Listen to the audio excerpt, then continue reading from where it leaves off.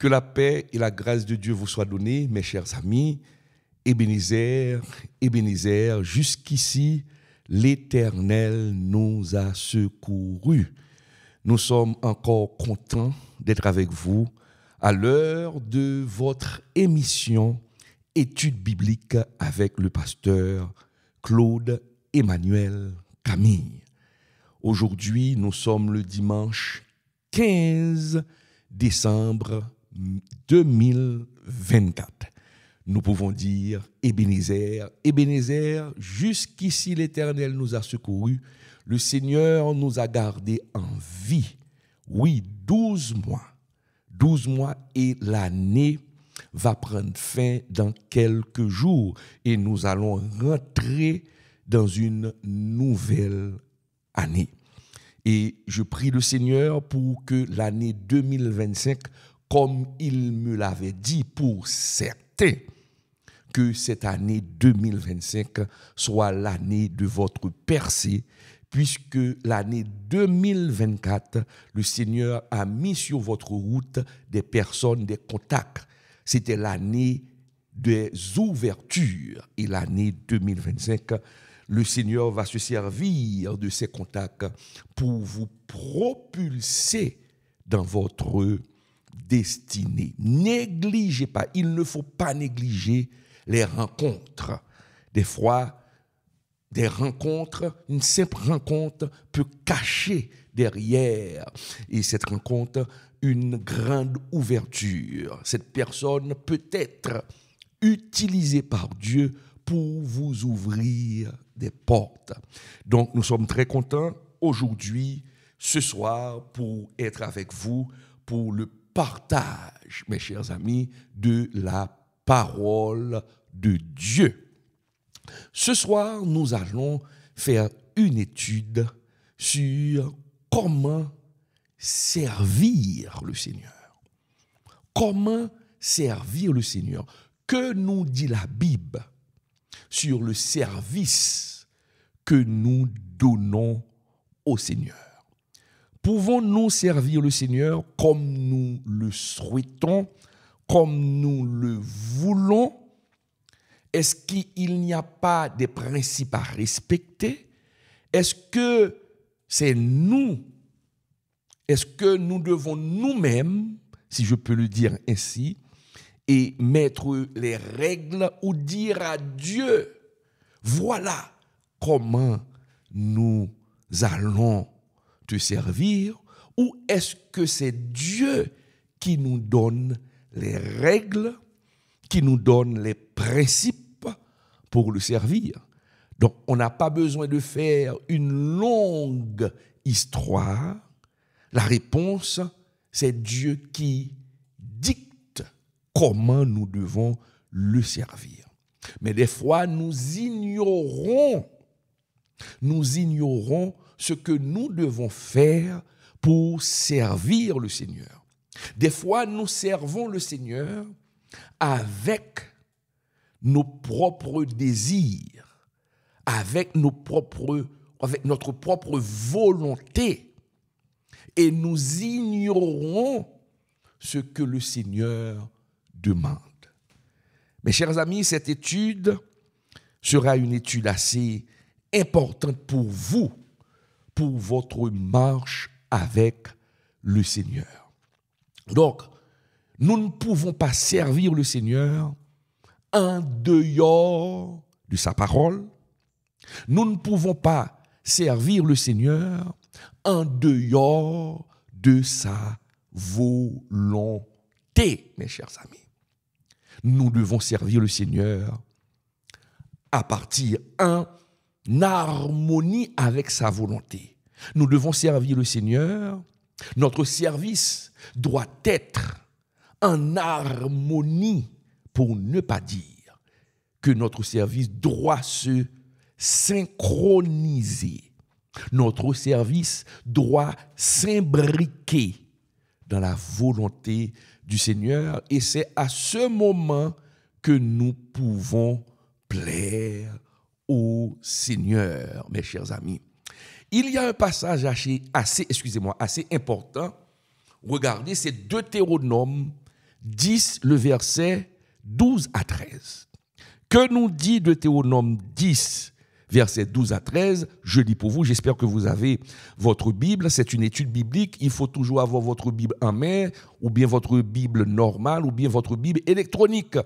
Deutéronome 10, verset 12 à 13, qui nous dit, je lis pour vous, « Maintenant, Israël, que demande de toi l'Éternel, si ce n'est que tu craignes l'Éternel, ton Dieu, afin de marcher dans toutes ses voies, d'aimer et de servir l'Éternel, ton Dieu, de tout ton cœur, de toute ton âme, si ce n'est que tu observes les commandements de l'Éternel et ses lois que je te prescris aujourd'hui afin que tu sois heureux. » Donc nous voyons ici l'Éternel qui s'adresse à son peuple.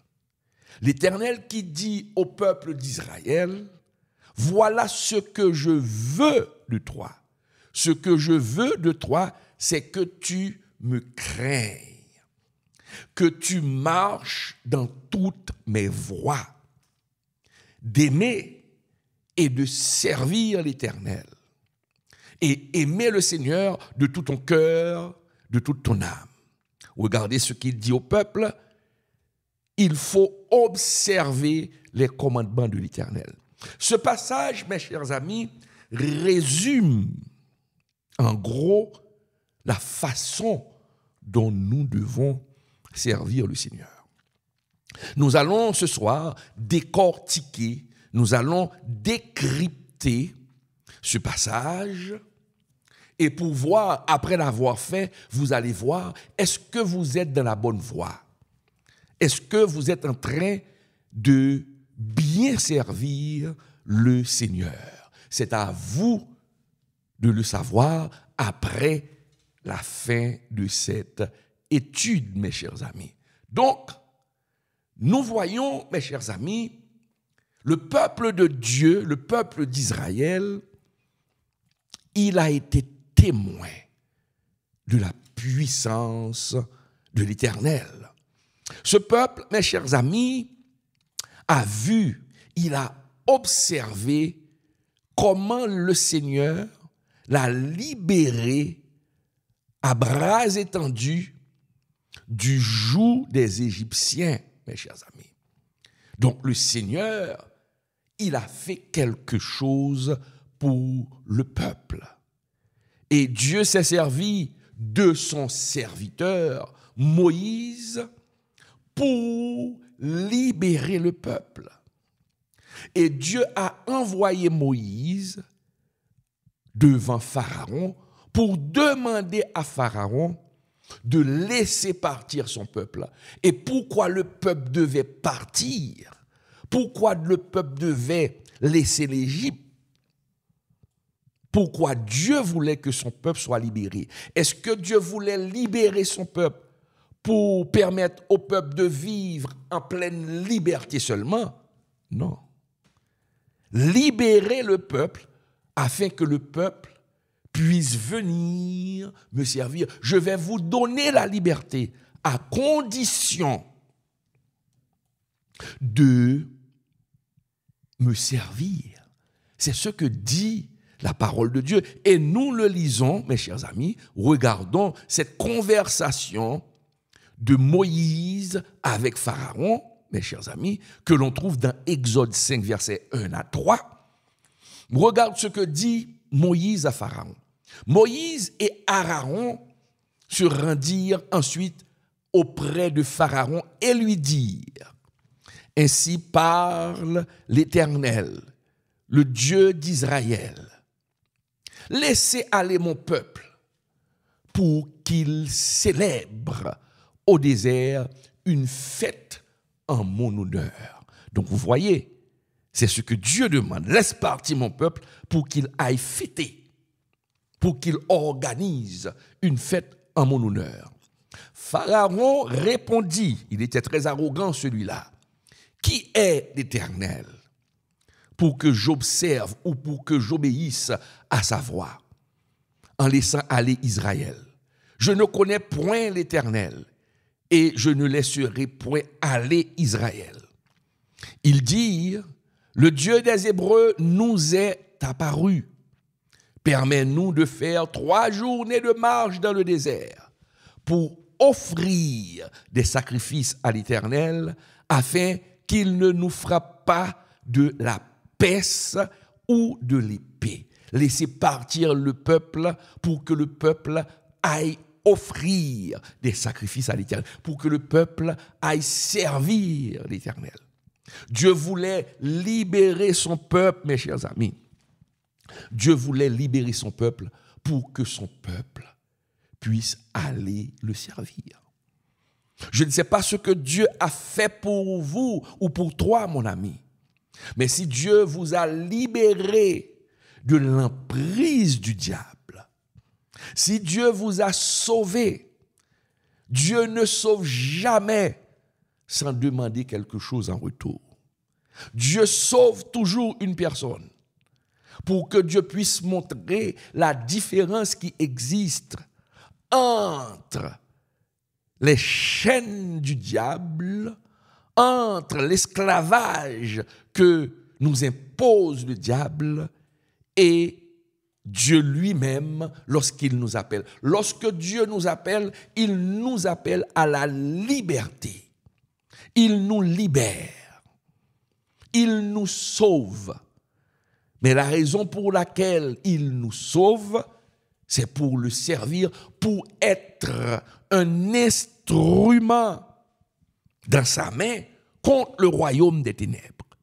Car il y a beaucoup de gens, beaucoup de personnes que le diable utilise, mes chers amis, pour faire avancer son royaume, pour amener des âmes avec lui en enfer, parce que le diable a été déjà condamné. Maintenant, le travail du diable, c'est d'amener des gens, des hommes, des femmes avec lui en enfer. Maintenant, Dieu de son côté, il a besoin d'utiliser des hommes aussi pour sauver, pour arracher dans les mains du diable ses âmes. Et le Seigneur vous a choisi.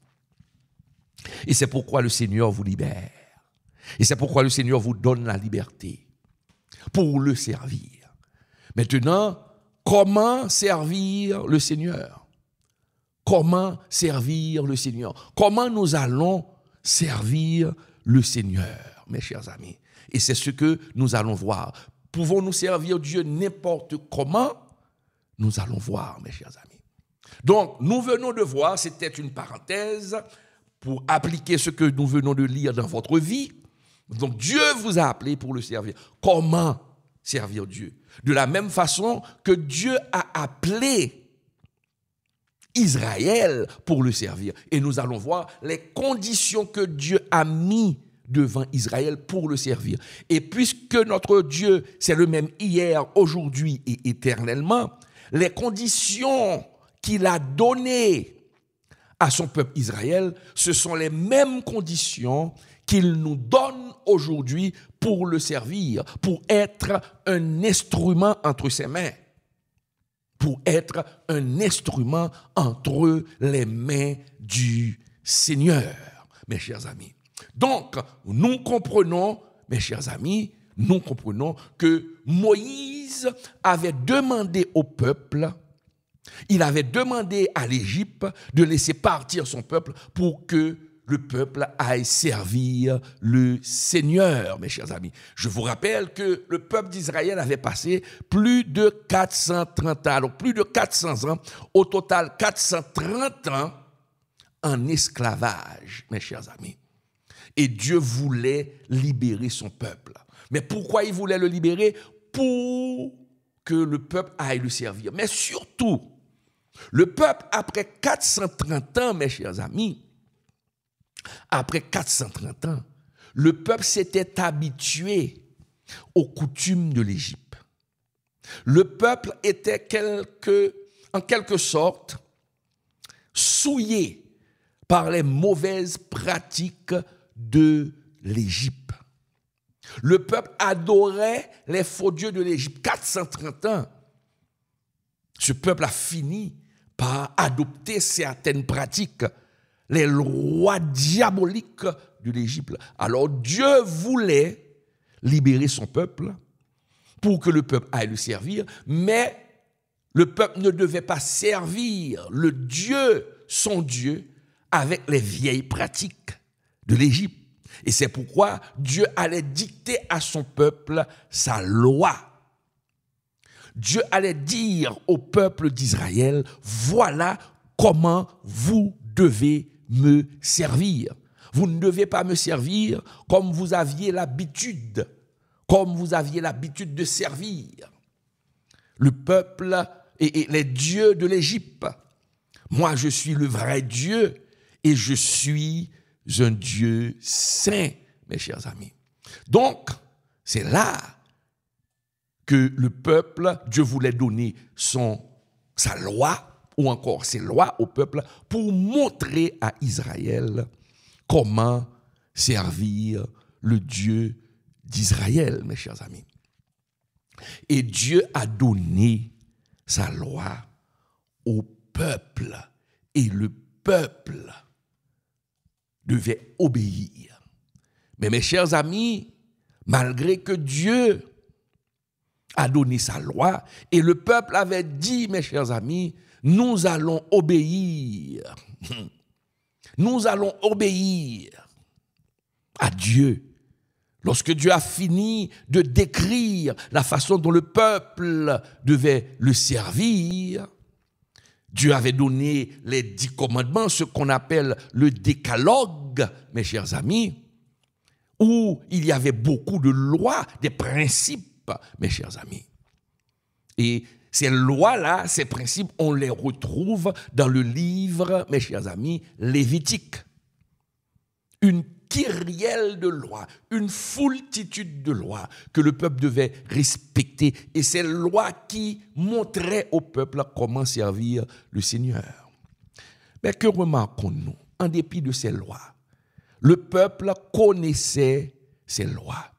Mais malheureusement, le peuple a violé ces lois. Le peuple n'a pas respecté ces lois. Le peuple s'est révolté. Le peuple pensait pouvoir servir le Seigneur avec les vieilles pratiques de l'Égypte. Avec les vieilles pratiques de l'Égypte. C'est ce qui arrive aujourd'hui dans l'Église.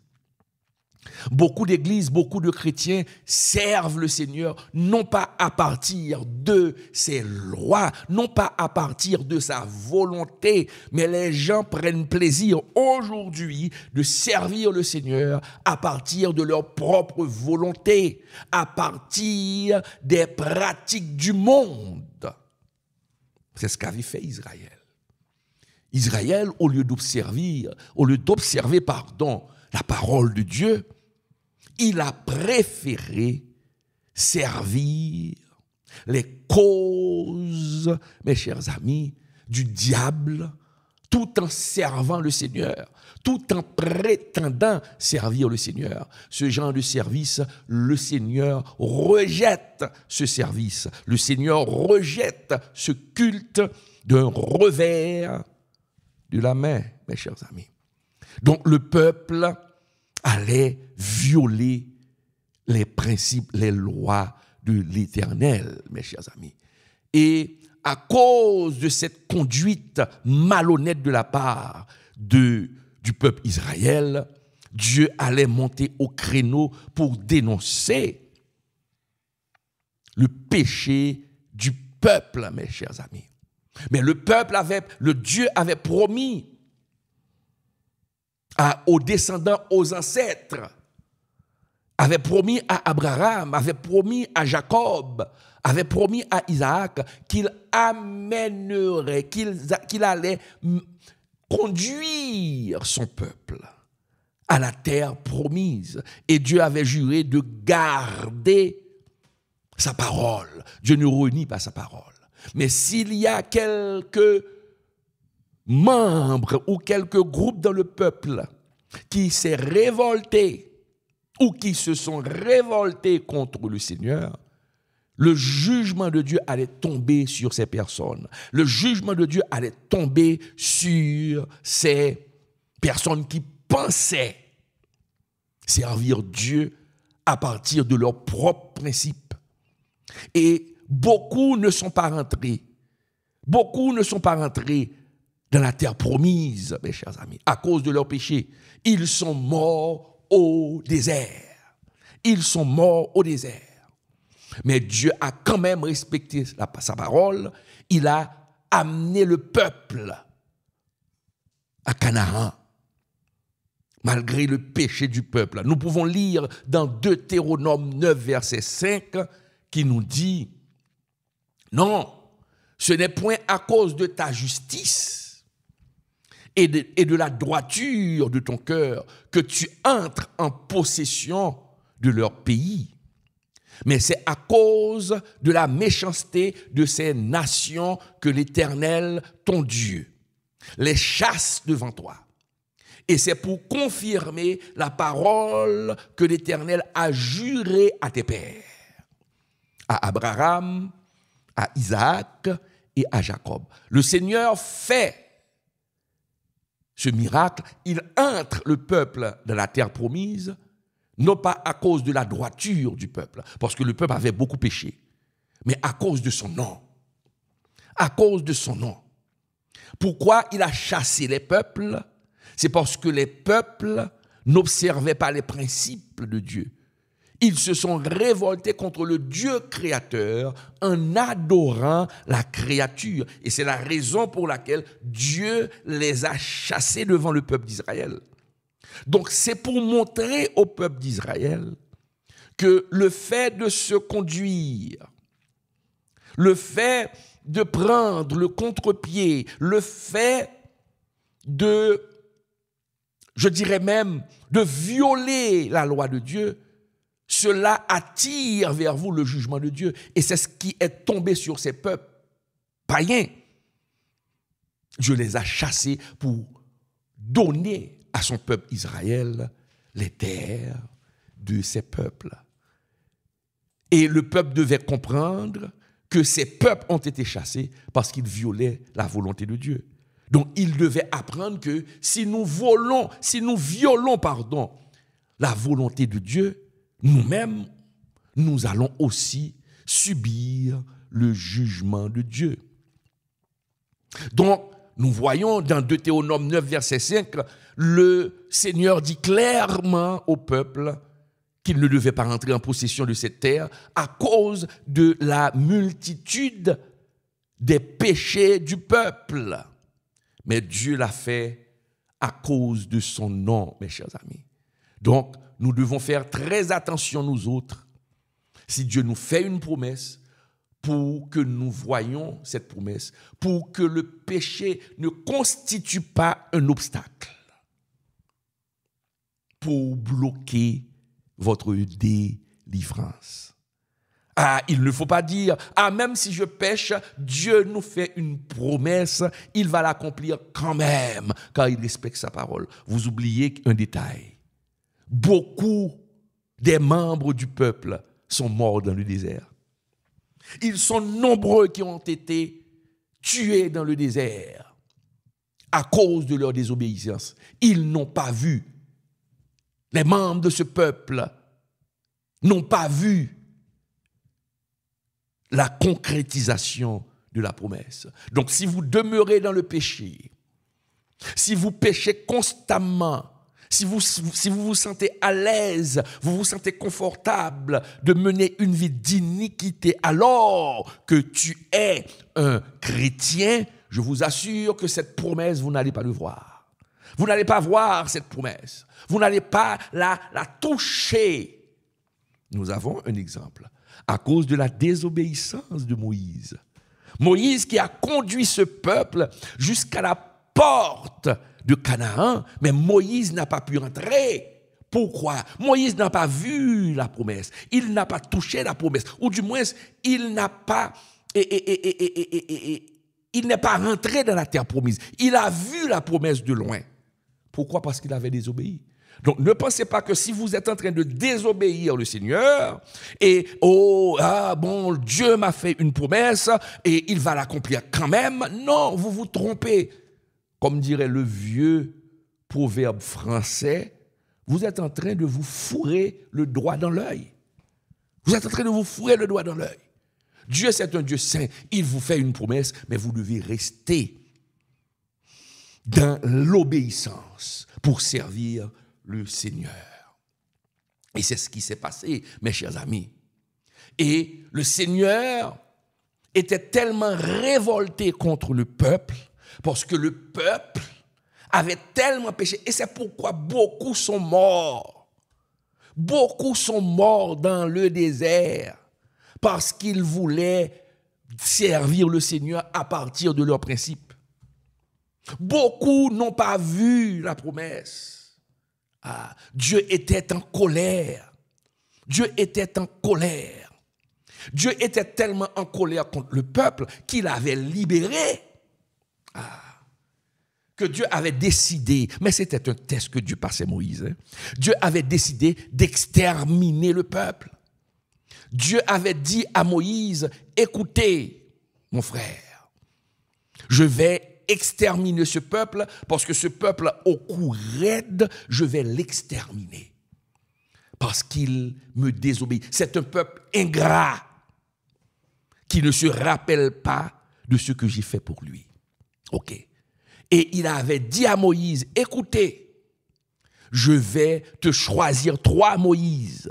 Je vais te choisir 3 Moïse. Je vais sortir un peuple de 3. Mais ce peuple qui est sorti d'Abraham, je suis fatigué, je vais le détruire. Regardez la réponse de Moïse. Je vous le dis que c'était un test.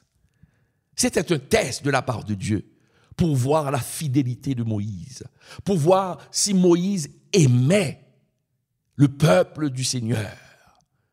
Je sais qu'il y a parmi vous qui auraient rapidement sauté sur l'occasion. Puisque Dieu va se servir de moi pour faire sortir nos peuples, on ne dira plus le Dieu et le peuple d'Abraham, mais on va dire le peuple de Moïse. Eh bien, pas de problème, Seigneur, détruis-les. Non. Regarde la réponse de Moïse, mes chers amis. Au lieu d'être content que le Seigneur allait le choisir pour faire sortir un autre peuple et détruire le peuple qui est sorti d'Abraham, au lieu de se réjouir, qu'a fait Moïse? Il a intercédé pour ce peuple. Regardez ce qu'il a dit au Seigneur, des paroles convaincantes, une prière convaincante. Nous lisons dans Exode 32, verset 12, mes chers amis. Regarde la réponse que Moïse donne à Dieu après que Dieu ait décidé de détruire son peuple. Exode 32, partie verset 12, regarde ce que dit Moïse. Pourquoi les Égyptiens diraient-ils? C'est pour leur malheur qu'il les a fait sortir. C'est pour les tuer dans les montagnes et pour les exterminer de dessus de la terre.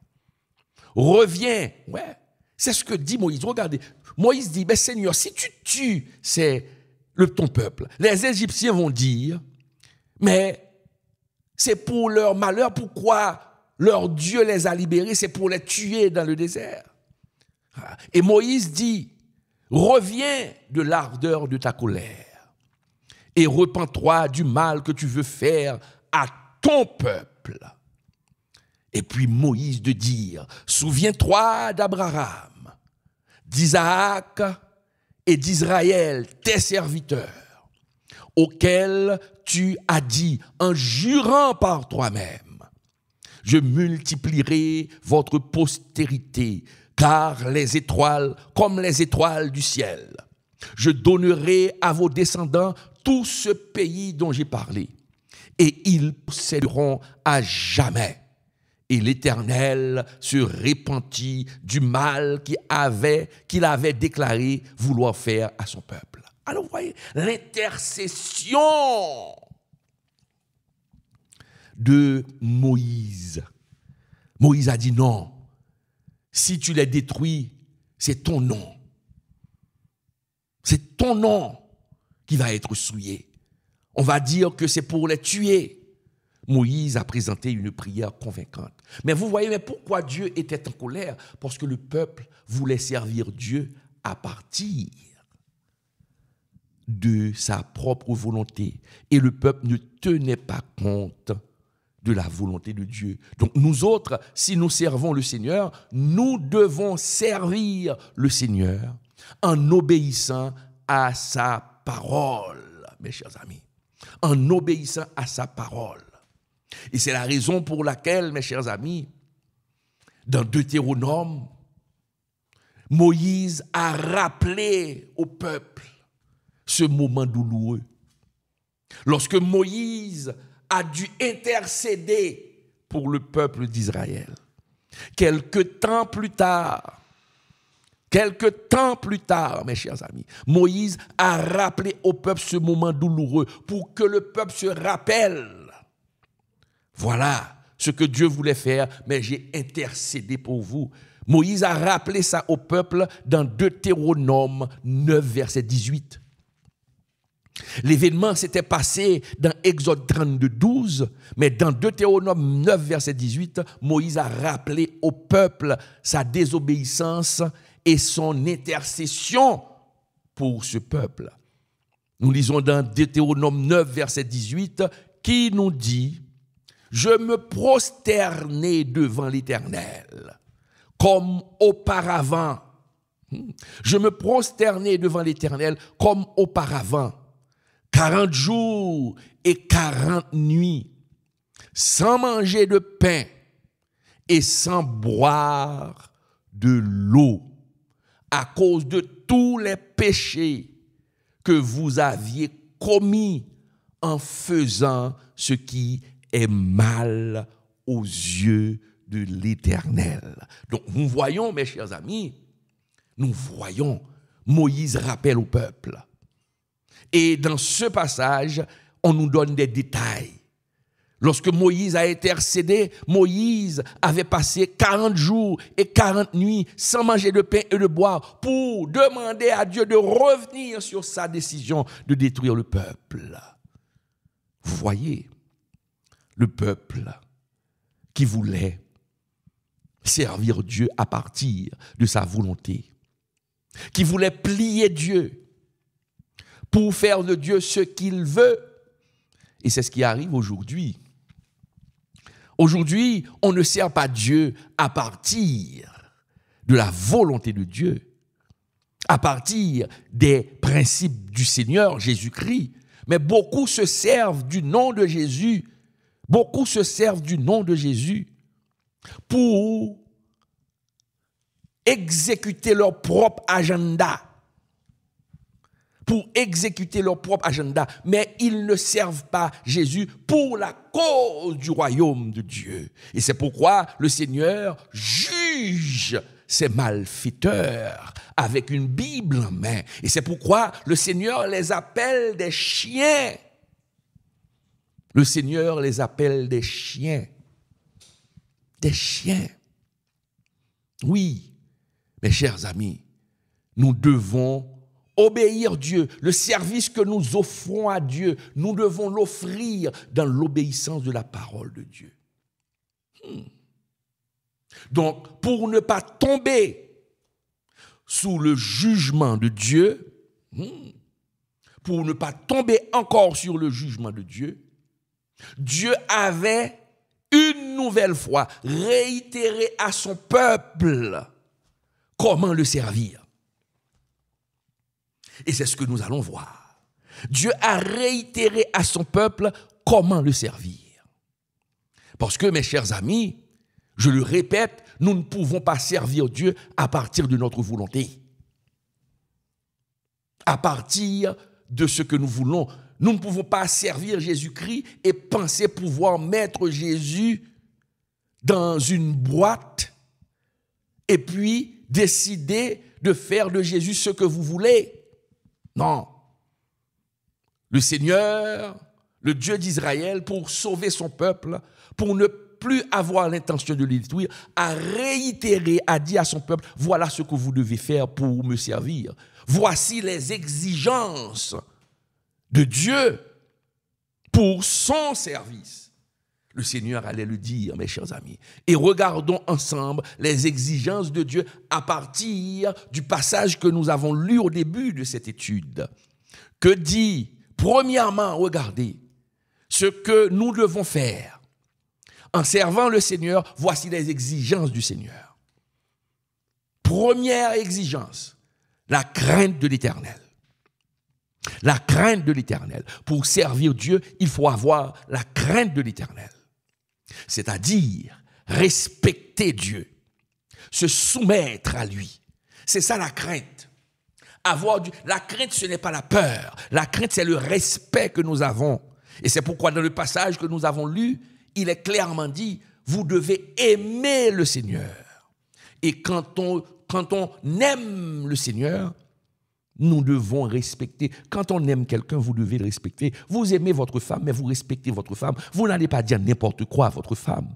Mesdames, vous aimez votre mari, vous aimez vos maris. Vous ne devez pas dire n'importe quoi à votre mari. Vous devez respecter votre mari. Donc, la première exigence, mes chers amis, pardon, je prends un verre d'eau.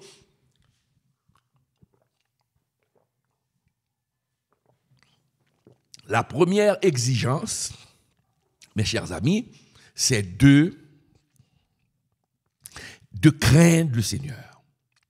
Deuxième exigence, marcher dans toutes ses voies. Deuxième exigence pour servir le Seigneur. Marcher dans toutes ses voies, c'est-à-dire avoir un comportement en accord avec la volonté de Dieu. Lorsqu'on marche dans toutes ses voies, d'ailleurs, ce que nous devons comprendre, c'est Dieu qui nous dicte sa voie. C'est Dieu qui nous dit où nous devons aller. C'est Dieu qui fixe les limites. Vous devez marcher dans toute votre voie. Est-ce que vous marchez dans toutes les voies de l'Éternel? Est-ce que vous respectez la parole de l'Éternel? Est-ce que vous respectez Dieu? Est-ce que vous avez la crainte? Ces deux exigences, est-ce que vous les avez chez vous? La crainte de l'Éternel, marcher dans toutes ses voies. Mais si vous êtes dans la corruption, si vous volez de l'argent de l'Église, si vous couchez avec toutes les jeunes filles de l'Église, si vous tuez votre frère avec votre langue, si vous êtes un hypocrite reconnu d'utilité publique, mais vous n'avez pas la crainte de l'Éternel. Il y a certaines choses que nous allons faire. Lorsque vous avez décidé de le faire, il faut avoir la crainte. La crainte de l'Éternel va dire, attention, je ne peux pas faire ça, le Seigneur me regarde. Mais certaines personnes se sentent à l'aise pour faire la méchanceté, pour faire de la méchanceté aux gens, pour dormir dans le péché. Des pasteurs, mes chers amis, des pasteurs, c'est grave. Dernièrement, je l'ai dit, les supporters des pécheurs, les supporters de la corruption, ceux qui pactisent avec ceux qui commettent le péché se sentent vexés, ils se sentent vexés quand nous dénonçons les péchés de l'Église, des péchés du peuple de Dieu.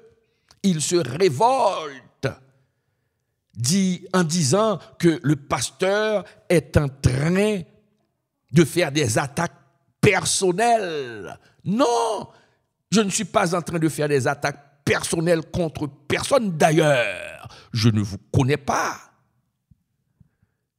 C'est la Bible qui fait des attaques personnelles. Donc, dès que nous dénonçons le péché, les supporters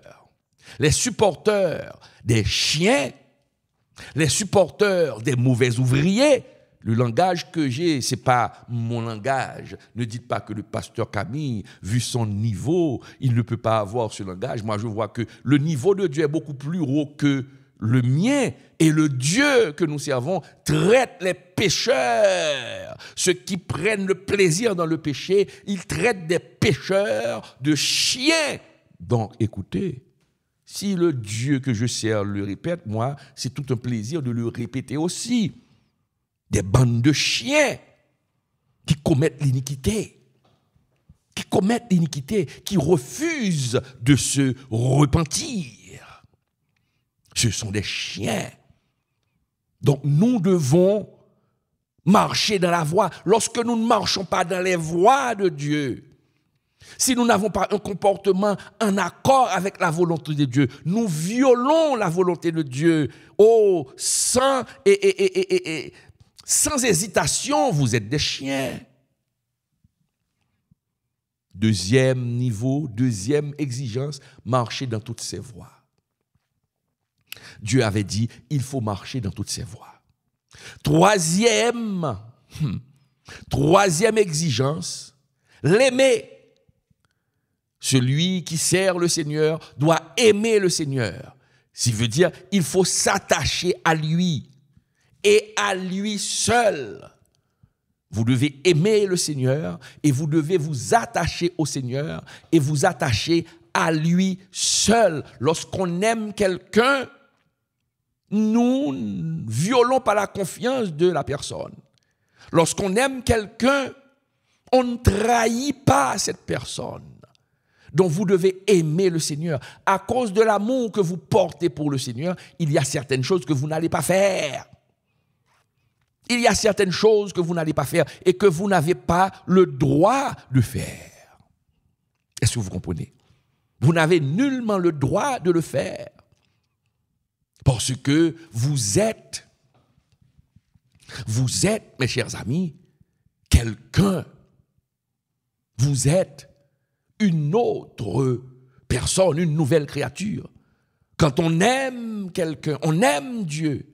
Lorsqu'on va faire le mal, et on dit non, si je le fais, je peux attrister le cœur de Dieu. Je ne veux pas attrister le Saint-Esprit. Donc, aimer Dieu, c'est ce que Dieu demande. Hein.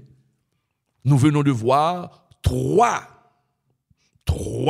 exigences. La première exigence, c'est la crainte de l'Éternel. Deuxième exigence, c'est marcher dans toutes ses voies, c'est-à-dire avoir un comportement qui s'accorde à sa volonté. Et troisième exigence, vous devez aimer le Seigneur, vous attacher à lui. Si vous êtes cupide, vous partagez l'amour que vous devez à Dieu avec l'argent. Et c'est pourquoi Jésus lui-même a dit, nous ne pouvons pas servir Dieu et mammon. Ah non. Si vous êtes quelqu'un de cupide, vous faites n'importe quoi pour de l'argent, vous n'aimez pas le Seigneur. L'argent est fait pour être utilisé, mais vous ne pouvez pas laisser l'argent vous utiliser et faire n'importe quoi pour de l'argent. Les autres même, des hommes, ils arrivent même, ils ont l'audace même de falsifier la parole de Dieu, de prendre ce qui est bon pour eux, pour tromper le peuple, pour faire de l'argent. Vous n'aimez pas le Seigneur quand vous ne dites pas la vérité. Si vous êtes sur la chair en train de dire « Oh, j'aime le Seigneur est bon » et vous mentez. Vous mentez au peuple, vous mentez, vous vous servez de la parole de Dieu pour mentir, vous déformez la parole de Dieu pour un gain sordide, vous n'aimez pas le Seigneur. C'est comme un homme qui dit à sa femme, « Oh chérie, je t'aime, tu es tout pour moi » et cet homme a 5 maîtresses. C'est un bluffeur, c'est un chien. Donc vous ne pouvez pas dire que vous aimez le Seigneur et vous avez quelque chose dans votre vie que vous aimez encore plus que le Seigneur. Vous voyez les exigences. Aimer, vous voyez tout ce qui se cache derrière l'amour. Tout ce qui se cache derrière l'amour. Dès qu'on parle d'aimer, la personne que vous aimez, vous ne devez pas l'attrister. Quatrième exigence, c'est le servir. Mais comment devons-nous le servir? C'est-à-dire faire de l'adoration de l'Éternel le centre de notre vie. Le peuple d'Israël devait faire de l'adoration de l'Éternel le centre de leur vie. Nous autres, aujourd'hui, nous devons servir le Seigneur en faisant l'adoration le centre de notre vie. Lorsqu'on parle d'adoration, il ne faut pas voir chanter seulement. L'adoration, c'est une vie d'obéissance. Quand nous obéissons à Dieu, nous adorons Dieu. Quand nous trouvons l'occasion pour commettre l'adultère et nous ne commettons pas l'adultère, nous adorons Dieu. Quand nous trouvons l'occasion de forniquer, et que nous ne faisons pas la fornication, qu'est-ce que ça veut dire? Nous adorons Dieu. Quand nous avons la possibilité de voler, mes chers amis, de changer les chiffres d'un rapport et que nous ne le faisons pas par crainte de l'Éternel, nous sommes en train d'adorer Dieu. Mais si vous êtes en train d'adorer Dieu, de chanter pour Dieu seulement, et que vous volez, que vous êtes dans l'adultère, que vous êtes dans la fornication, écoutez, vous n'êtes pas en train de servir Dieu, vous êtes en train de vous servir vous-même et vous attirez le jugement de Dieu sur vous. Vous attirez le jugement de Dieu sur vous. Oui, vous attirez le jugement de Dieu sur vous. Et enfin, 5e exigence, observer ses commandements. Nous devons observer les commandements de Dieu. Donc vous voyez, mes chers amis, vous voyez que normalement, ce que nous devons faire, c'est ça, les exigences de la parole du Seigneur. Nous devons servir le Seigneur. Et le peuple d'Israël devait servir le Seigneur. La parole stipule, mes chers amis, que Dieu ne change pas. On vient de voir les exigences que Dieu avait imposées. Que Dieu avait imposées, mes chers amis, à son peuple Israël. C'est ce que Dieu avait fait. Il avait imposé.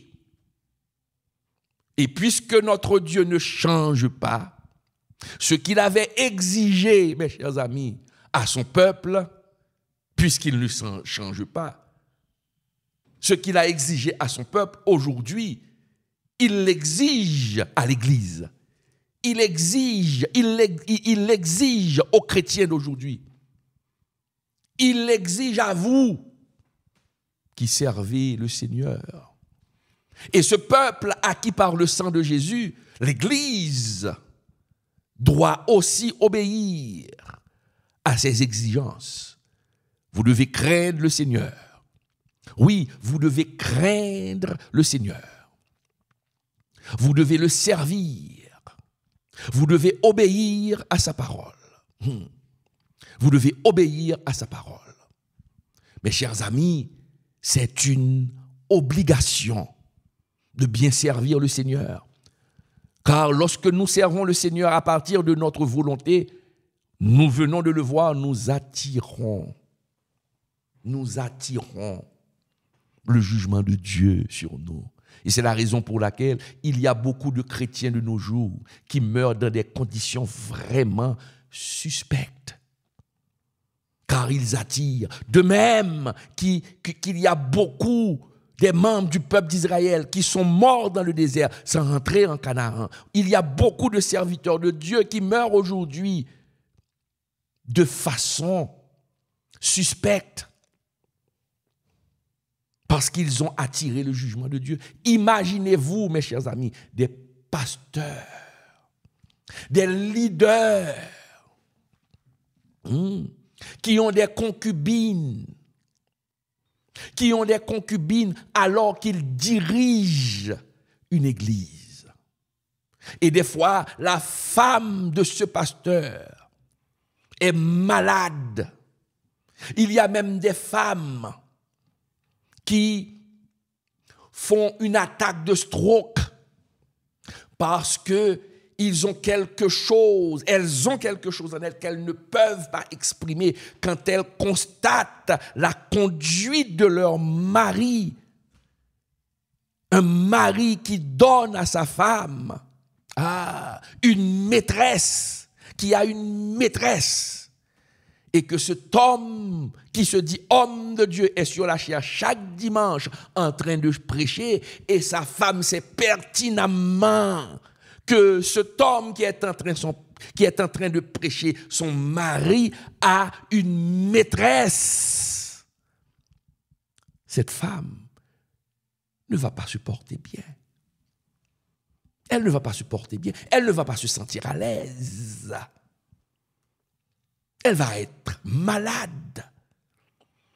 Mais un homme ayant une Bible en main et qui agit ainsi, je vous assure, comme il y avait beaucoup des membres du peuple d'Israël qui sont morts dans le désert prématurément, un homme pareil, un leader pareil, qui fait une telle bêtise, une telle malpropreté aux yeux du peuple de Dieu et aux yeux de Dieu, finira par mourir avant son heure. Le jugement de Dieu va tomber sur cet homme. Non, on ne se moque pas de Dieu. On ne se moque pas de Dieu. Mes chers amis, on ne se moque pas de Dieu. Il y a une façon de servir le Seigneur. Il y a une façon de marcher avec le Seigneur. Vous devez obéir à sa volonté. Dieu vous demande d'avoir la crainte.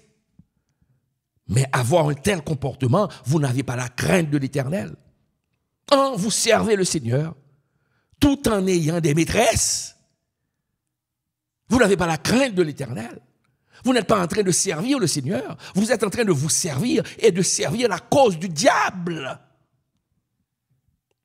Ah non, vous n'avez pas la crainte. Or, un homme de Dieu doit être animé par la crainte de l'Éternel, comme Joseph avait cette crainte. C'est par la crainte que Joseph n'a pas couché avec la femme de Potiphar. C'est par crainte qui a empêché, c'est la crainte que Joseph avait pour Dieu. C'est pourquoi Joseph n'a pas couché, il n'a pas profité de cette occasion pour coucher avec la femme de Potiphar, pour avoir des relations sexuelles. Il a refusé. Mes chers amis, la crainte, laissez-moi définir pour vous comment l'encyclopédie biblique définit le mot crainte. Le mot crainte signifie, je lis pour vous, impression produite en nous par le fait de redouter ou d'appréhender quelque mal. C'est ça la crainte. Selon une définition encyclopédie, selon la définition d'une encyclopédie. La crainte, c'est l'impression produite en nous par le fait de redouter ou d'appréhender le mal. Joseph, il n'a pas voulu coucher, il avait la crainte de l'Éternel. Mais nous voyons qu'il y a des leaders de nos jours qui ne sont pas animés par la crainte. Qui ne sont pas animés par la crainte. Regardez ce qu'a dit Joseph. Regardez ce qu'a dit Joseph à la femme de Potiphar lorsque la femme de Potiphar l'a invité pour venir coucher avec elle. Joseph a répondu, il n'est pas plus grand que moi dans cette maison et il ne m'a rien interdit excepté toi parce que tu es sa femme. Et le mot le plus important, la phrase la plus importante dans cette conversation entre Madame Potiphar et Joseph, c'est cette phrase. Comment ferais-je un si grand mal? Ah non. Comment ferais-je un si grand mal? Et pécherais-je contre mon Dieu? Ah non. C'est quelqu'un qui a la crainte de l'Éternel. Comment ferais-je un si grand mal? Et comment être un pasteur et avoir des maîtresses? Et avoir des maîtresses, mes chers amis. Vous n'avez pas la crainte de l'Éternel. Comment faites-vous ce si grand mal? Comment faites-vous ce si grand mal? Avec quelle audace vous péchez contre Dieu? Le jugement de Dieu va tomber sur vous. Le jugement de Dieu va tomber sur vous. Et je vous le dis en vérité, vous allez mourir avant l'heure. Vous allez mourir avant votre heure. Car la parole de Dieu est vivante. On ne peut pas servir Dieu à partir de sa volonté. On ne peut pas tenir une Bible en main et servir Dieu à partir de sa volonté. Tout en péchant volontairement, vous attirez le jugement de Dieu sur vous. Et c'est le dernier message que le Seigneur vous donne en ce moment.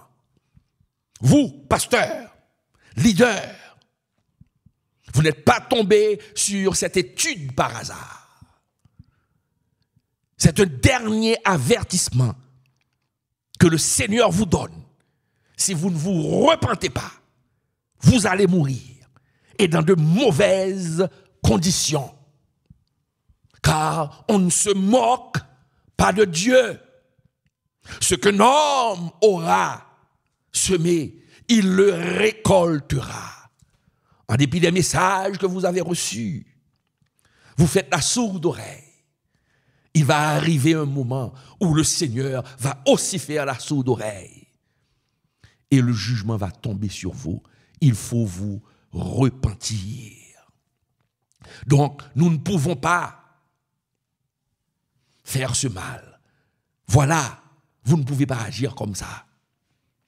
Et les femmes aussi, vous ne pouvez pas agir ainsi. Non, vous ne devez pas commettre l'adultère.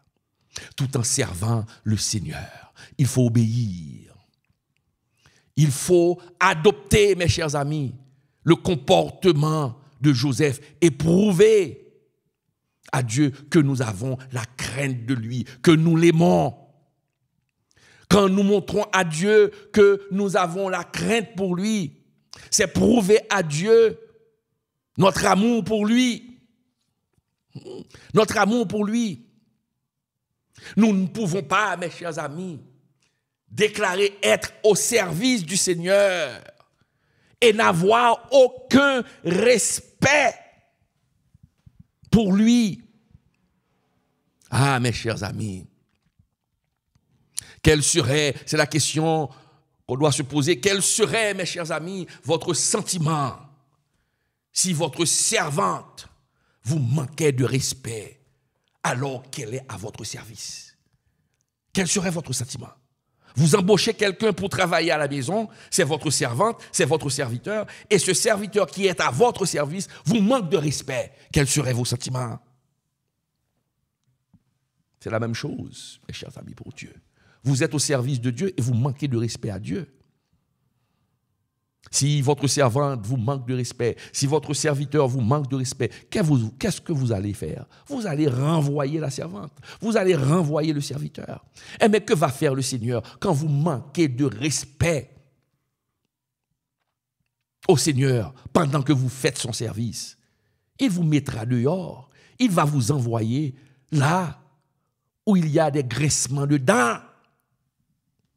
Mes chers amis, mon frère, ma sœur, que cela vous plaise ou non, et d'ailleurs, je ne suis pas là pour vous faire plaisir. Le pasteur Claude Emmanuel Camille n'est pas là pour faire plaisir à personne. Non, je ne suis pas là pour faire plaisir à personne. Je suis là pour faire plaisir à Dieu et dire ce que Dieu m'a demandé de dire. En dépit de la révolte de certains, en dépit des injures des autres, je m'en fous. Moi, je donne, je dis ce que je dois dire, mes chers amis. Vous ne pouvez pas être au service du Seigneur tout en vivant dans la corruption. Vous ne pouvez pas être au service du Seigneur tout en vivant dans la fornication. Vous ne pouvez pas être au service du Seigneur tout en vivant dans l'adultère. Vous ne pouvez pas être au service du Seigneur et être, oh mes chers, un indicateur pour les gangs. Alors que vous avez une Bible en main, mes chers amis. C'est ça. Il faut vous poser cette question. Il faut vous poser cette question. Comment servir le Seigneur? Mes chers amis, il faut avoir de l'audace. Il faut avoir de l'audace. Et une audace à nul autre pareil. Pour mettre la main dans le service du Seigneur et entretenir des relations extra-conjugales. Je ne sais pas pourquoi le Seigneur me pousse dans cette étude à mettre l'accent sur les relations extra-conjugales. Pourquoi il me pousse à parler de l'adultère? Oh, il y a beaucoup d'hommes de Dieu, leaders, qui pratiquent l'adultère. Je parle des hommes. Il y a des femmes aussi. Il y a des femmes aussi, des femmes de pasteurs qui pratiquent l'adultère. C'est grave. Vous ne pouvez pas avoir votre mari et vous pratiquez l'adultère. Vous ne pouvez pas avoir votre femme et vous pratiquez l'adultère. Et vous êtes dans le service du Seigneur. Vous êtes dans le service du Seigneur. Et vous osez vous appeler serviteur et servante du Seigneur, tout en vivant dans la bêtise, tout en vivant dans la malpropreté. Ah non. Ah non. Et la Bible a raison de dire, lorsqu'on agit ainsi, vous êtes comme le chien qui retourne à ce qu'il a vomi. Ah non. Le cochon qu'on a lavé, mais est retourné dans la boue. Vous êtes pire qu'un cochon. Et c'est pourquoi le Seigneur dénonce ces genres de comportements. Lorsque nous offrons au service, lorsque nous offrons un service au Seigneur, tâchez de souillure. Non, le Seigneur est obligé de monter au créneau. Le Seigneur est obligé de monter au créneau pour dénoncer ces genres de choses, mes chers amis. Et c'est pourquoi le Seigneur est monté au créneau dans Ésaïe 1er, verset 12-16, pour dénoncer ce peuple, pour dénoncer ces hypocrites. Ah oui, qui viennent devant le Seigneur avec les mains levées en l'air pour demander au Seigneur d'exaucer leurs prières alors que leurs mains sont pleines de sang. Sang de l'adultère, sang de la fornication, sang de la tromperie, sang de la corruption. Et vous osez servir le Seigneur. Vous dirigez une église et vous volez, vous exploitez les gens. Vous faites travailler les gens et vous ne les payez pas sous prétexte que Dieu va les bénir. Écoutez, ce qu'un homme aura semé, tu vas récolter. C'est de la méchanceté.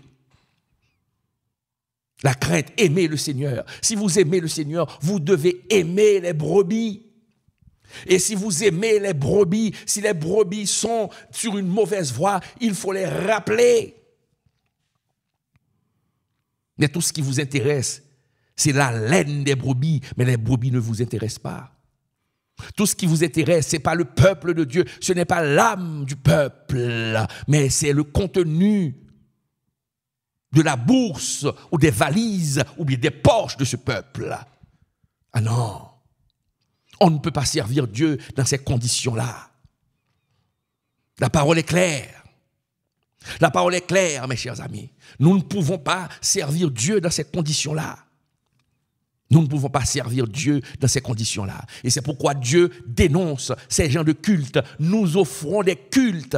Chaque dimanche, nous préparons un culte d'adoration. Mais ce culte, Dieu ne le reçoit pas. Dieu ne le reçoit pas. Il y a des églises qui organisent des cultes. Mais Dieu n'est pas là. Le Saint-Esprit n'est pas là. Dans le culte, la personne qui siège dans ce culte, c'est Satan, le diable. Lorsqu'il y a des révélations qui se donnent au moment du culte, ce ne sont pas des révélations de Dieu, mais ce sont des révélations, mes chers amis, de l'esprit séducteur, parce que le Saint-Esprit n'est pas là. On ne sert pas Dieu en dehors de sa parole. Comment dire que vous êtes une église? Comment dire que vous prêchez la parole alors que vous fermez la bouche au Saint-Esprit? Ce n'est pas une église. Car celui qui conduit l'église, c'est le Saint-Esprit. Et le Saint-Esprit, c'est cet esprit qui dénonce, qui convainc de péché. Mais puisque vous avez peur que le Saint-Esprit vous avilit, vous avez peur que le Saint-Esprit dévoile le péché de votre cœur, vous fermez la bouche au Saint-Esprit, le jugement de Dieu va tomber sur vous. Le jugement de Dieu va tomber sur vous. Et rappelez-vous de cette étude. Rappelez-vous de cette date. Rappelez-vous de cette date. 15 décembre 2024. Rappelez-vous, c'est le dernier avertissement que le Seigneur vous donne. À travers son serviteur, le pasteur Claude Emmanuel Camille. C'est le dernier avertissement. Si vous continuez, vous allez mourir. Et vous allez mourir 2 fois. 2 fois. Non seulement vous allez mourir physiquement, mais vous irez en enfer. Vous irez en enfer. Parce que vous avez pris le nom de l'Éternel en vain. En vain, mes chers amis. Et c'est pourquoi Dieu dit dans Ésaïe qu'il ne reçoit pas vos cultes. Dieu ne reçoit pas vos cultes. Ésaïe 1er, verset 12-16. Lisons ensemble pour voir ce que dit la parole de Dieu. Quand vous venez vous présenter devant moi, c'est Dieu qui parle. Quand vous venez vous présenter devant moi, qui vous demande de souiller mes parvis, cessez d'apporter de vaines offrandes. J'ai en horreur l'encens, les nouvelles lunes, les sabbats et les assemblées. Je ne puis voir le crime s'associer aux solennités. Mon âme hait vos nouvelles lunes et vos fêtes. Elles me sont à charge. Je suis las de les supporter. Quand vous étendez vos mains, je détourne de vous mes yeux. Quand vous multipliez les prières, je n'écoute pas. Vos mains sont pleines de sang. Lavez-vous, purifiez-vous, ôtez de devant mes yeux la méchanceté de vos actions. Cessez de faire le mal. Cessez de faire le mal. Ésaïe 1er, verset 16. Et mes chers amis, c'est ce que dit le Seigneur.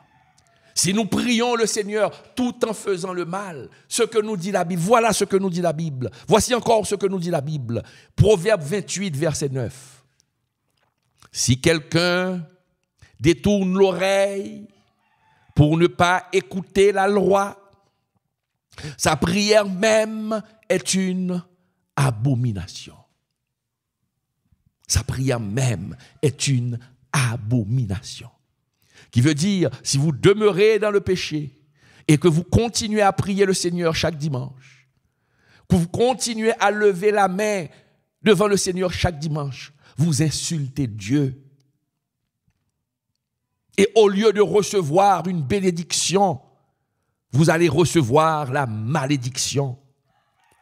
Quand nous demeurons dans le péché volontairement et que nous prions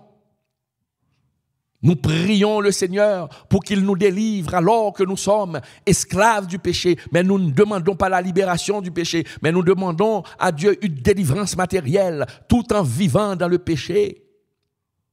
Vous n'allez pas attirer la bienveillance de Dieu sur votre vie, mais vous allez attirer la bénédiction. C'est la parole qui le dit, mes chers amis. Si quelqu'un détourne l'oreille pour ne pas écouter la loi. Ne pas écouter la loi veut dire plusieurs choses. Ne pas se conformer à la parole de Dieu. Ne pas se conformer à la parole de Dieu. Tout ça, c'est se détourner de Dieu, se détourner du Seigneur. Ne pas écouter la parole de Dieu, ne pas écouter, ne pas se plier à la volonté de Dieu alors que vous priez. Mais qu'est-ce que vous êtes en train de prier? Vous attirez une abomination, vous attirez une malédiction. C'est la Bible qui le dit, mes chers amis. C'est la Bible qui le dit. Donc nous comprenons, mes chers amis, quand nous menons une vie de honte, quand nous menons une mauvaise vie, mes chers amis, une vie d'adultère, mes chers amis, si vous vivez, mes chers amis, je le répète, dans la fornication, si vous êtes dans la corruption, si vous exploitez les gens, si vous faites travailler les ouvriers de l'église et vous ne les payez pas, si quand l'argent rentre dans l'église, vous gardez tout pour vous et vous dites aux autres que le Seigneur vous bénisse, vous n'êtes pas qualifié pour servir Dieu. Vous n'êtes pas qualifié pour servir Dieu, mes chers amis. Un tel comportement, mes chers amis, traduit votre obstination à ne pas marcher dans toutes les voies de l'Éternel. Nous avons vu l'exigence. Il faut marcher dans toutes les voies. Mais quand nous commettons ces genres de péchés, mes chers amis, nous ne marchons pas dans toutes les voies de l'Éternel. Dieu exige, mes chers amis, Dieu exige que celui qui le sert ou celle qui le sert, il faut que celui qui sert l'Éternel marche dans toutes ses voies. Et les voies de l'Éternel sont bonnes et justes, mes chers amis. Quand nous désobéissons à l'Éternel, nous allons payer les choix. Nous allons payer nos fautes. Nous allons payer nos dérives. On se le rappelle de l'histoire d'Akan dans la Bible. Akan, mes chers amis, est un échantillon des personnages bibliques qui n'a pas marché dans toutes les voies du Seigneur. Car il a désobéi. Akan a désobéi alors qu'il était au service du Seigneur. Il était en train de faire le service du Seigneur. On se le rappelle, après la conquête de Jéricho, Dieu avait bien dit, Dieu avait donné sa parole. Dieu avait dit ce que Josué devait faire des biens des gens de Jéricho. Après avoir complètement détruit Jéricho, Dieu avait parlé à son serviteur Josué pour dire à Josué, de dire au peuple, voici ce qu'il doit faire des biens du peuple de Jéricho. Nous lisons ça, mes chers amis. Prenons connaissance de ce commandement. Pardon.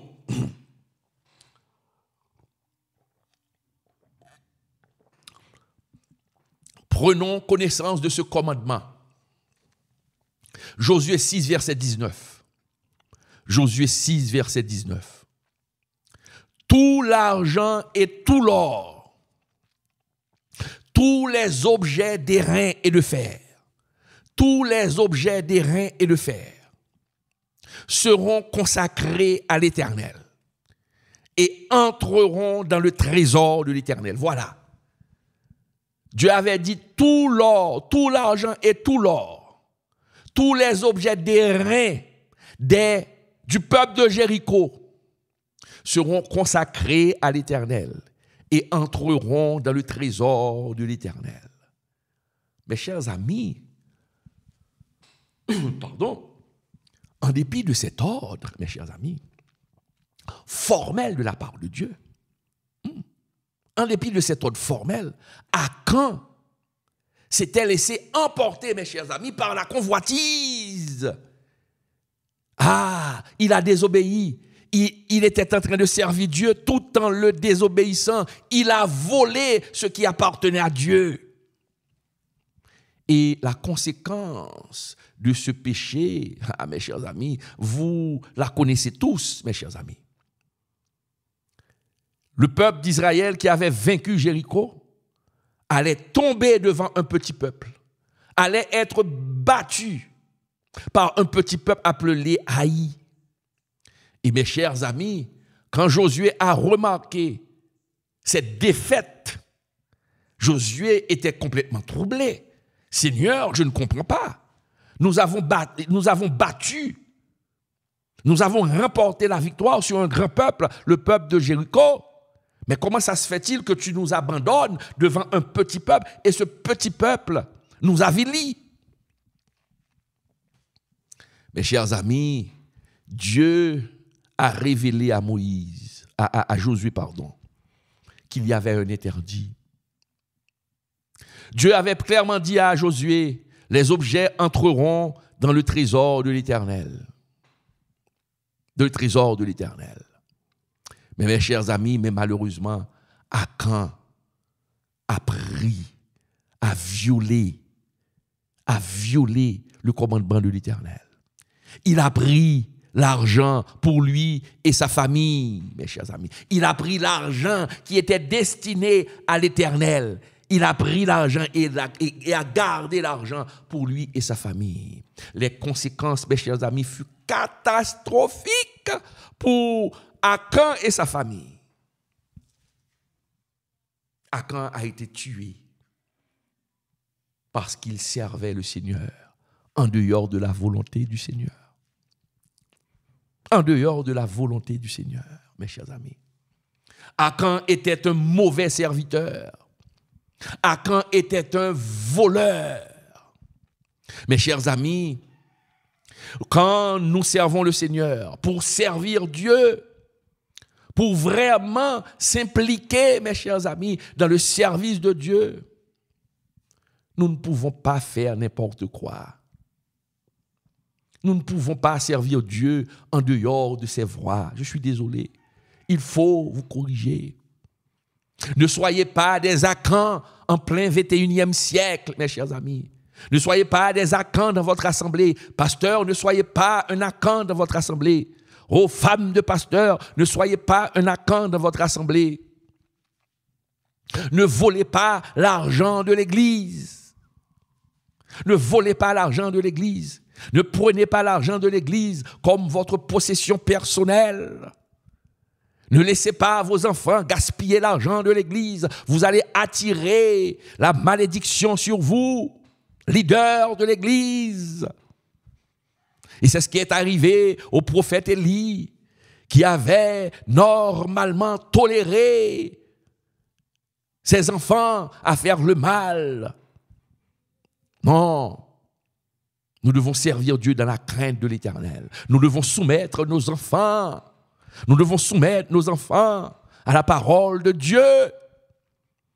Et quand nous reprimandons nos enfants, c'est parce que nous les aimons. Nous n'aimerions pas qu'ils attirent la malédiction de Dieu sur eux.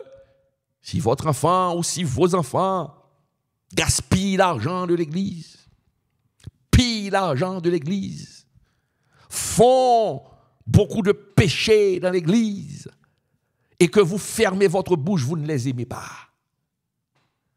Vous ne les aimez pas. Si vous ne pouvez pas les reprimander, les corriger, vous ne les aimez pas. Pourquoi vous ne les aimez pas? Parce que vous allez laisser ces enfants tomber sous le coup du jugement de l'Église et ce jugement va tomber sur vous, leaders.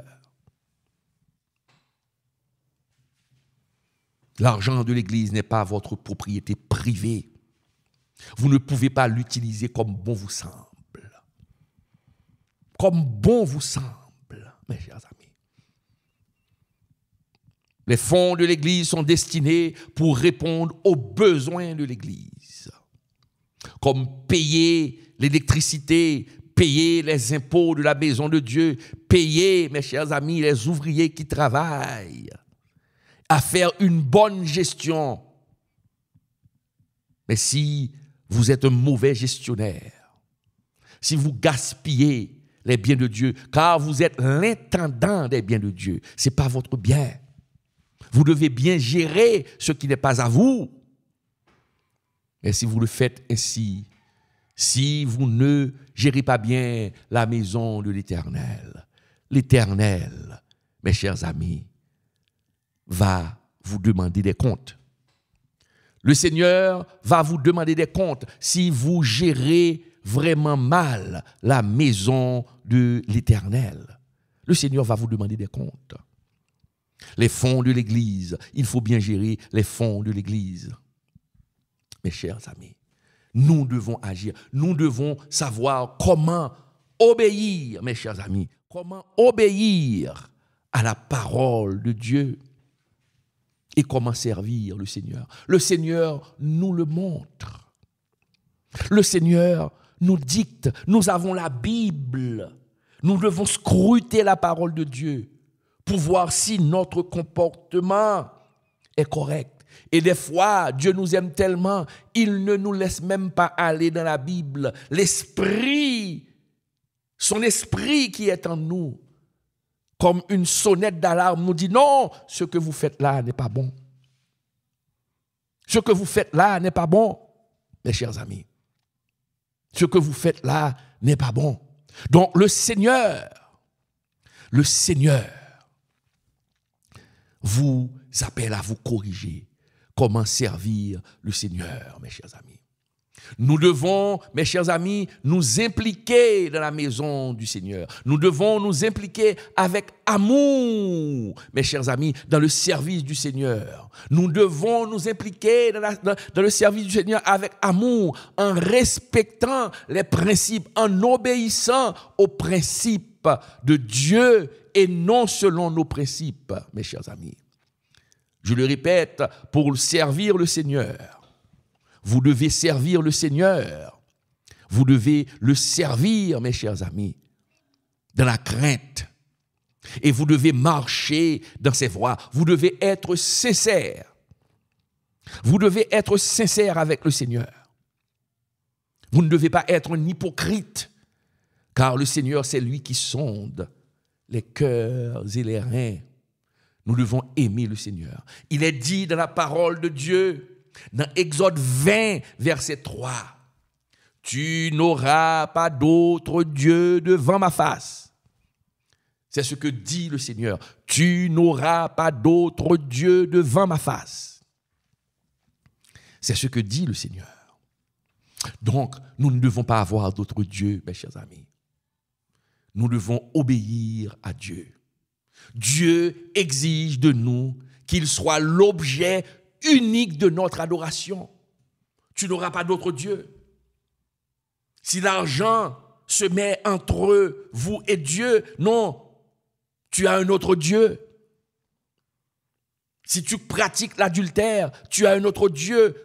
Le Dieu que vous servez, c'est le Dieu de l'adultère, le Dieu de la fornication. Si vous volez de l'argent, vous servez le Dieu qui vous pousse à voler, le Dieu avec petit d. Si vous maltraitez les gens, vous avez un cœur de pierre à la place d'un cœur de chair. Vous êtes un mauvais ouvrier, vous êtes un chien.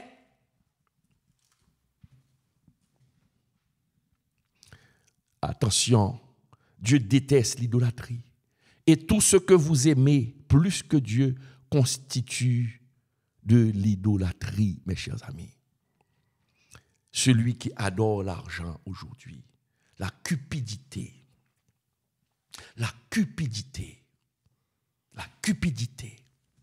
mes chers amis, c'est une idolâtrie. Ne soyons pas, mes chers amis, des Diotrephes.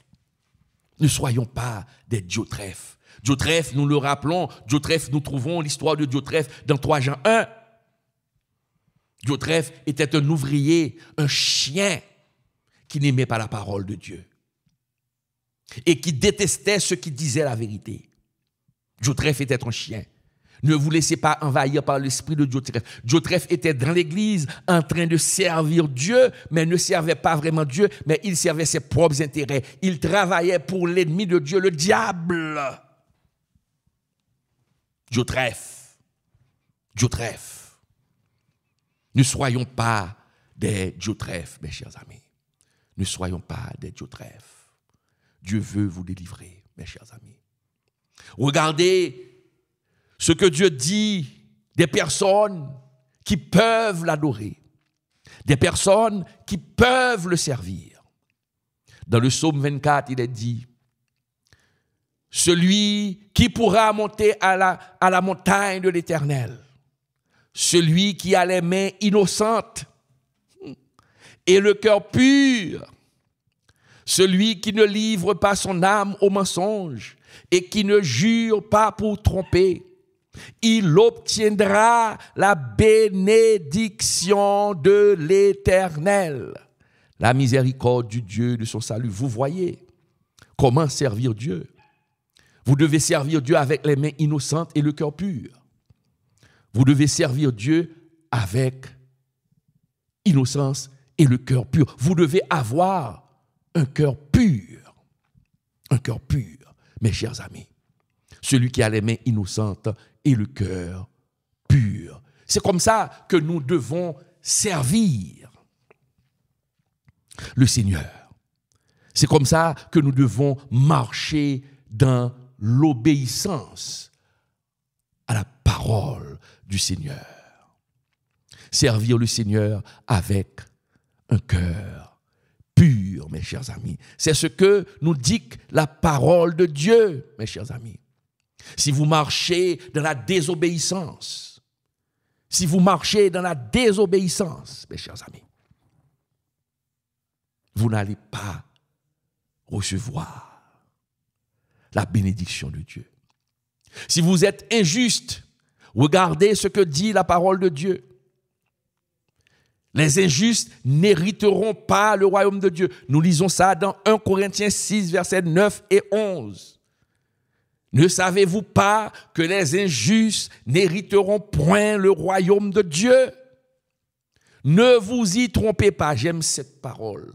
Ne vous y trompez pas. Il ne faut pas vous tromper. Ni les impudiques, ni les impudiques,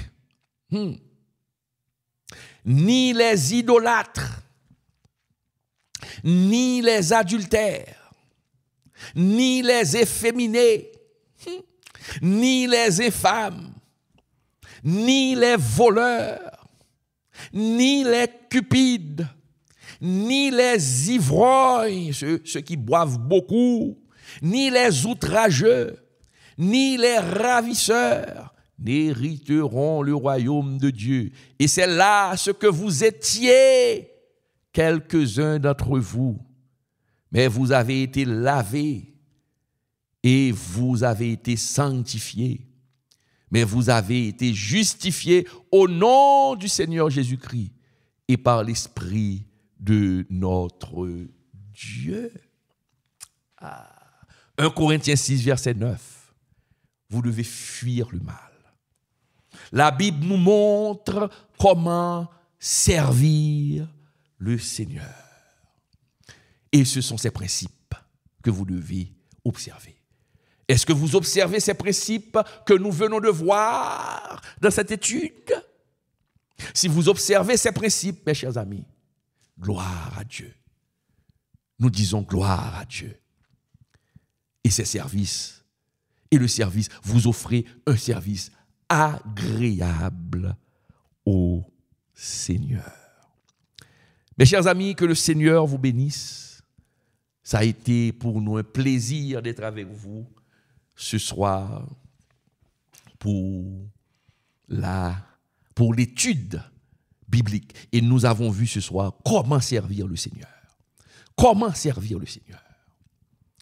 Et appliquer ces paroles dans votre vie. Et si le Seigneur vous a parlé, il faut obéir. Il faut obéir, mes chers amis. Merci d'avoir été des nôtres. Je vous demande de prier pour ce ministère, le ministère du pasteur Claude Emmanuel Camille. Et continuer à nous soutenir, car nous avons des dépenses. Et vous tenez ce ministère en vie, ce ministère de la parole. Ce ministère de la parole, c'est un ministère de la parole. Vous soutenez ce ministère de la parole et Dieu va vous bénir. Dieu va vous bénir. Que le Seigneur vous bénisse. Merci d'avoir été des nôtres. Que le Seigneur vous garde. Bonne semaine. Je vous donne rendez-vous demain matin, 6h30. La méditation de la semaine passe à 6h30. 4h30 du matin. Et je vous donne une bonne nouvelle. Bientôt, nous aurons une émission d'adoration. Adorons dans l'obéissance de la parole. C'est le titre de l'émission. Adorons. C'est une émission de variété, d'adoration, de louange que je vais animer. OK? Je suis également animateur de radio. Je vais animer cette émission pour vous. Mais nous allons adorer dans l'obéissance de la parole du Seigneur. Il y aura aussi un court moment de méditation. Car on ne peut pas adorer sans obéir la parole de Dieu. Nous devons obéir à la parole de Dieu. Mes chers amis, que le Seigneur vous bénisse. Gardez-nous dans vos prières. Nous vous disons au revoir. Que le Seigneur vous bénisse. Bye bye. Nous vous donnons rendez-vous mercredi pour notre prochaine étude biblique. Et nous avons aussi le mardi et lundi des fois notre lecture de la parole. Il faut lire la parole. Il faut lire la parole. Nous lisons la parole en créole et en français pour nos abonnés. Mes chers amis, que Dieu vous bénisse. Merci d'avoir été des nôtres. Que le Seigneur vous bénisse. À la prochaine. Bye bye. Depuis 2012, le pasteur Claude Emmanuel Camille proclame l'Évangile sur le net, apportant le message de Jésus-Christ à travers le monde. Aujourd'hui, vous pouvez jouer un rôle dans ce ministère en contribuant financièrement. Dans 1 Corinthiens 9, le verset 14, l'apôtre Paul nous rappelle que le Seigneur a ordonné à ceux qui annoncent l'Évangile de vivre de l'Évangile. En soutenant ce ministère, vous devenez un partenaire dans l'œuvre de Dieu.